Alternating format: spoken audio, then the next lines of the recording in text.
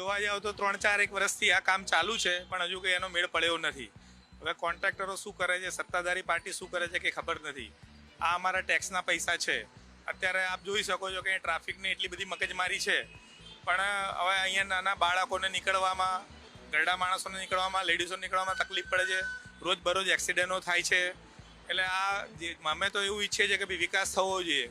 વિકાસની સાથે પણ કામ બી પૂર્ણ તારીખ ટુ તારીખ, એટલે વહેલું જેટલું બને એટલું, કારણ કે પબ્લિકના પૈસાનું છે, તો પબ્લિકને વહેલી રીતે આમ મળે. બહુ ઝડપી રીતે બની જાય છે. જેમ કે હું પ્રહલાદનગર હતો, તો પ્રહલાદનગરમાં હરણ સર્કલ પાસે આવા રોડ બન્યા છે જે બહુ ઝડપી રીતે બની ગયા છે. પણ અમુક જગ્યાએ જ્યાં લોકલ પબ્લિક રહે છે ત્યાં આવા રોડ બને છે ખરી, પણ એમાં બહુ ટાઈમ લાગે છે. બહુ ઝડપી કામ આ લોકો करता है।